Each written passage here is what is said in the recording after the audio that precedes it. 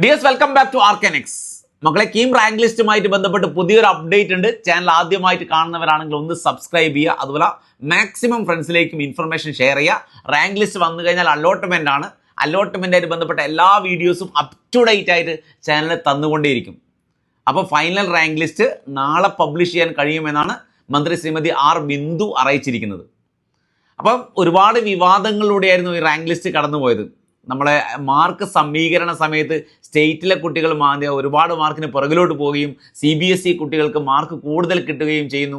അതുകൊണ്ട് സ്റ്റേറ്റിലെ കുട്ടികൾ റാങ്ക് ലിസ്റ്റിൽ പിന്നോട്ടായി പോകുന്നു എന്നുള്ള വിവാദങ്ങളൊക്കെ ഉണ്ടായതുകൊണ്ട് തന്നെ ഒരു 4 അംഗ സമിതിയെ നിയോഗിക്കുകയും അവരെന്ത് ചെയ്യുക, മാർക്ക് സമീകരണത്തിന് പുതിയൊരു ഫോമുല ക്രിയേറ്റ് ചെയ്തു. അതിൻ്റെ ബേസിലായിരിക്കും റാങ്ക് ലിസ്റ്റ് വരിക എന്നൊക്കെയാണ് പറയാൻ കഴിഞ്ഞത്.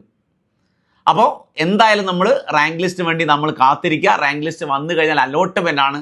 അലോട്ട്മെന്റിന് ബന്ധപ്പെട്ട എല്ലാ അപ്ഡേറ്റും ചാനൽ നമുക്ക് അപ് ടു ഡേറ്റ് ആയിട്ട് തന്നുകൊണ്ടേയിരിക്കും. അപ്പോൾ ചാനൽ ആദ്യമായിട്ട് കാണുന്നവർ സബ്സ്ക്രൈബ് ചെയ്യുക.